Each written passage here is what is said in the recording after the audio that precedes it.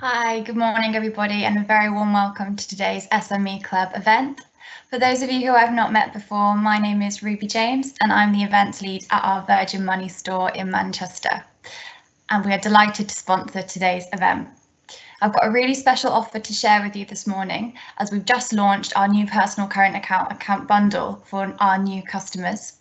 Along with all the great benefits that the account already offers, such as a 2% interest rate on your first £1,000 and the ability to pay checks in directly through the app and spending limits. As a thank you from us, you'll also receive a free luxury 15-bottle case of virgin wines just in time for Christmas, plus a saving of up to £225 on Virgin Media packages. So if you'd like to hear any more about those offers that we can give you, then do get in touch with me. We'd also love to hear how you found today's event, so do tag us in any of your social posts. We are at Virgin Money on all platforms. Lead capture, techniques to make your marketing spend go further, is today's event, and I will hand over to Louise from Moneypenny to get started. Hi, good morning everyone. A warm welcome and thank you for joining us this morning. I'd like to introduce myself. I work here at Moneypenny. I've been here 3 years and I'm head of our finance sector. And joining me today is Emily, who is our UK SME marketing manager. We'd like to talk to you today a little bit about who Moneypenny are and also getting the most out of your marketing. At the end of the webinar, we will be answering questions from the chat function, so please utilise that. And for those of you that don't know Moneypenny, we're very famous for our socks. So do email us at the end if you'd like a lovely pair of Christmas socks in your stocking this year. So Moneypenny, we are the UK's #1 telephone answering and live chat provider. We've got over 1,000 staff and we answer around 15 million calls and chats annually for our clients. And we represent our clients, we get to know their brand, their business, and we maximise for them every call that comes into their business and every chat that comes in on their website. So where are we? In terms of the year, we've had the strangest of years, and we want to talk now about marketing spend in 2020 and what 2021 can look for you. Budgets have been really tight and spending for many businesses have been frozen or cut, and those normal activities as a business have been halted and been less effective. But we're not here for the short term, it's all about the longer strategic focus. And where we spend money is really critical to get the best efforts out of that spend. We've seen that marketing teams are pushing harder, and in the second half of 2020, there's been 2 positive categories, new products and new service launches. And that tallies here at Moneypenny with our own experience. Our clients, our 13,000 clients that we work with, many of them came to us wanting more during the last 8 months. And so we developed a COVID self-screening bot for on our clients' websites. And we also developed an outbound service for our clients that wanted us to keep in touch with their clients. So now is a really good time to invest in new initiatives and utilising techniques to maximise your marketing for your business and businesses that want to grow or even survive in 2020. And I'm going to pass you over to Emily, who's going to share with you some tips and takeaways. Hi everyone. So today we're going to focus on the interest stage of the funnel. So this is where prospects would reach to your website and they would either inquire or they wouldn't, depending on what it is that they find. And we're going to talk you through some low cost or free website enhancements that you can look at to turn those web visitors, the web browsers, the casual researchers into real actionable leads. So the first stage to look at is the tracking, because obviously there's no point in setting goals if you don't have a real idea of where you are now. And there's a few areas to look at which depend on how sophisticated your tracking is now. Now, the first basic, which I hugely recommend, and I spend a huge amount of time tracking our own, is the lead source and channel. What's the difference? Well, your lead source is essentially the source of that lead. So what did you do to encourage that individual to get in touch with you? Maybe you sent them a mailer and that's what prompted them to say, yep, I need to get in touch with that company. And the other area is the channel, and that is the method in which they chose to get in touch with you. And it's important to track both because particularly in this time of budget cuts, as Louise talked through, we don't have the resources to commit to sources that just don't provide the leads. So it's more important than ever to track where your leads are coming from, to maximise those sources that are fruitful and to cut those that aren't. And the channel is equally important because the different channels will convert in different ways. For example, we know that a phone call often converts 10 times higher than a web form. So it's important to keep track of how that performs for your business. And stats that we saw suggested that 45% of calls that come through to a business result in a new inquiry. So obviously it's even more key to monitor channels where those new inquiries are coming through. And another area of tracking which is key is analytics. Now, I'm sure all of you are in the 25% who do have analytics installed, but make sure you're using it to its maximum. Are you tracking conversions? Are you attributing the revenue back to those? Just really maximize that tool because it is hugely powerful. And then the next area is linking online and offline activity. Now, as I mentioned, we know that calls generate a high level of new inquiries, and we'll talk more about that in a second. But it's quite difficult to track those. And at Moneypenny, we use a dynamic numbers tool known as Ruler Analytics, and that essentially allows you to use different phone numbers to track different lead sources, track how they perform, and track inquiries coming through those. It's a really powerful tool to say which are performing better and really dig in to the calls coming through and how they're performing for you.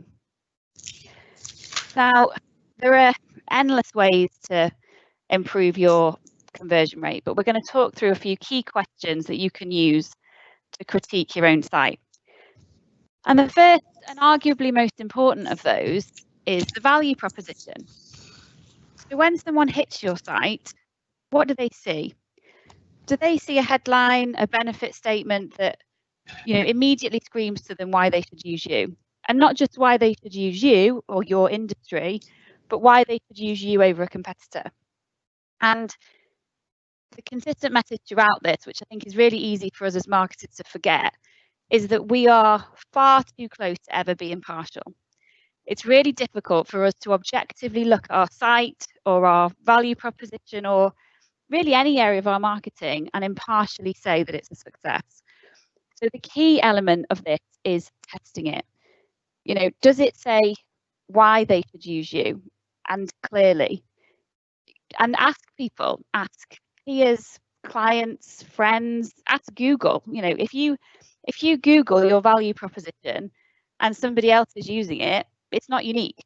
It's very easy for us to say we have a passionate team and that's why you should use us, but anyone can say that. And what does that really mean? So ask other people, really test it and really critique that value proposition and make sure that as soon as somebody arrives, it strikes them as to why they should use you and not somebody else. And then the next step is the signposting. So they've arrived on the site, you've ticked box 1, the value proposition looks great, they want to use you. Where do they go next? Is it really obvious how they reach the destination they're looking for? Stats say that you are 15 seconds when somebody arrives on your site to capture them and get them where they need to be. No one has time to search, no one has time to waste, get them to where they need to be. And again, don't rely on your own opinion. Watch somebody use your site and think about the 880 rule. So the 880 rule relates to an 8-year-old should be able to understand it and so should an 80-year-old. And if you can allow somebody to use your site and you watch them doing it, it'll let you check that actually what you believe is straightforward really is. And there's also data tools that can help you support that. So this is a low-cost tool called Hotjar. And this is something we use to really visualize a visitor journey. So as you can see here, it provides a heat map. And that shows you where people are clicking, where people are scrolling down to. And it essentially lets you check that where you think people are going on your site and where you want them to go is where they're going. And it helps you to check where your call to actions need to be. Because if they're not scrolling down far enough, they're not reaching it. And that essentially is potentially the reason that you're losing them there. So that helps you to decide where the call to actions need to be. And the next step is, which ones do you need? Now, it's really difficult with this one to pick one, but you have to kind of think about your own behavior, because there are huge differences in levels of intent for visitors on your site. And it applies exactly the same with yourself. So there'll be instances where all you want to do is ring a business. You know, you need to speak to them. You need to speak to them now. Your intent is high, or you need reassurance, or you need an urgent answer. You will call them, but your intent level is high. There are also cases where you're simply browsing and you're not in a position to call that business. It's either you're busy doing other things, or you're just not simply in a position that you actually want a conversation with someone. You're just researching at this point. You just want a bit more information. But both of those camps are equally important to you, because while the phone conversion from lead to client is highest and it makes a hugely important channel, there'll be individuals that visit your site who aren't ready for that. So if the only call to action you have is a phone number, you'll lose them and they'll leave. However, if you have other options where they can get in touch in a slightly less committed way, then you're likely to engage them at the point that their intent is highest, because it's the point that they're on your website and they're looking at you. So think about the different motivators. Think about different motivators on different pages, and really imagine yourself using a similar site. And we've talked through a few options here. So as we say, phone number, hugely important. We know it's a really important channel for businesses, but think about other options as well. So you've got your phone number, but you'll have done it yourself. You need to tick something off your to-do list, but you can't ring them because you're on a call, or you're busy doing something else, or maybe you're on a webinar, or it's out of hours. Call's not an option to you. So if there's nothing else no other option, you're left with no choice but to not inquire. If there's a download our report option, maybe you might do that. It allows you to position yourself as a knowledgeable competitor in the market, and it also provides you as a business a really nice sales follow-up funnel, because it's low commitment from the individual, but they're interested, they're in market, and it provides you with those details. Another option is a request callback feature. So that allows the individual to book a call, so they can they have the commitment of the call, but equally you don't need their time right there, right then. And also, obviously we are biased because we do answer chats for thousands of businesses, but there is a reason that live chat is the fastest growing communication channel. It allows you to engage those browsers in the same way that you would in a shop environment. So let's say you enter a shop, you want to have a quick look round, you might want to buy something, but you're not ready to buy it right then. If there's a helpful shop assistant there ready to answer your questions, it just helps move you along that intent process and help encourage that purchase. So very handily, I'm now going to pass over to Louise, who will talk about live chat in more detail. Hi, so yes, live chat. It's proven to drive 6 times more engagement online, and having live chat 24/7 around the clock on your site is a really good tool to have. And if you can't manage those chats yourselves, then you must lean on someone like Moneypenny, and we can take those chats on your behalf, so you never miss an opportunity, whether it's 2 p.m. or 2 a.m. of someone looking to engage with your company. We can tailor our live chat, and we recommend anything between 10 to 20 seconds as a pop-up in the bottom right hand corner. Like Emily said, you've got around 15 seconds of somebody's attention. So having that pop-up where we can say really well, you know, how can we help? Or we can even tailor it depending on the page in which the web visitor is on. So if they're on a particular product page, the pop-up can say, hi, can I help you with XYZ product? But live chat does engage in the upper funnel users, and it converts these qualified leads with very little effort. And it doesn't affect other inbound channels either, it's in addition to. So you are either a form filler, or you're a phone caller, or you are a text chatter. So have you got all three channels covered as a business? Try it, and you may want to try our trial as well. The last point about call to action is making sure that your website and your navigation bar is a sticky navigation bar, so you've got the two contacts visible at all times. And there on this slide, you've got the bottom right hand corner, which gives you that live chat function. Like I say, do it properly. There's nothing worse if you see no agent available or chat offline. It's quite disappointing if you've got someone that wants a very quick answer or wants to make that inquiry. So that human interaction, having that there is really, really beneficial. So you won't be surprised that when an inquiry comes in, a lead comes in, speed matters. And a recent study showed that it's around 21% more likely you will qualify a lead if you speak to that person on the phone within the first 5 minutes. So do you have that resource and infrastructure to do that, to follow up that inquiry before they've moved on to the next company on Google? Here at Moneypenny, our own SLA is within 15 minutes. So there's no point in spending thousands of pounds, hundreds of pounds on marketing activities if that very first touch point is going to fall down. You don't want long ring times, you don't want offline chat. So make sure those basics are covered.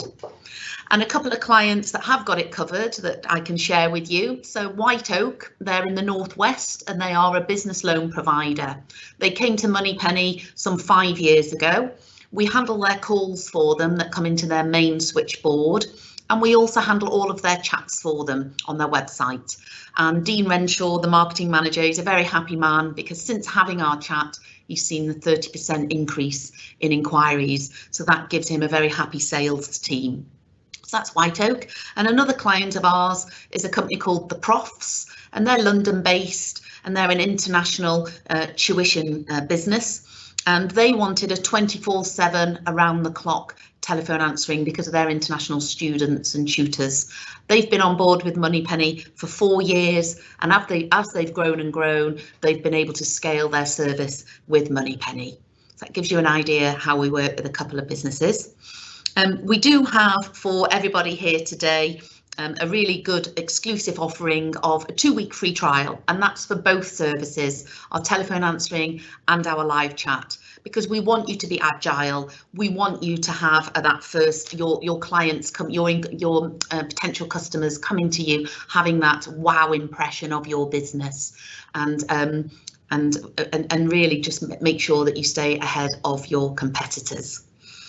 So not only have we got the trials, like I mentioned, we've got the Moneypenny Christmas socks. So do let us know if you'd like a pair of these as well. We'd love to send those out to you. So we're just going to move on to our final part, and that's to ask if we've got any questions. Over to Emily. Yeah, we've got one here, which I'll just quickly cover. So that is, how many call to actions would you have? Surely too many is as bad as not enough. Absolutely. Having, asking people to do too many things is as confusing and as off-putting as asking them not to do any. It's not necessarily the quantity. I would say, again, think about the the motivators on that page. So I mean, on average per page on our site, we have a couple. We might have some extras. So where we have a form download, we'll also have live chat. on some pages it'll be proactive chat, so it'll nudge somebody into action if, you know, the intent on that page is high. So maybe it's a product page.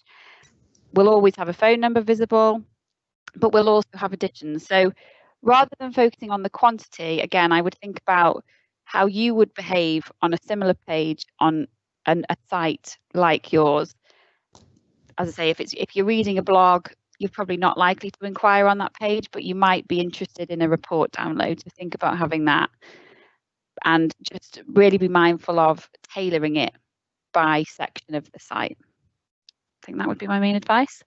Are there any other questions from anyone? Or if not, shall we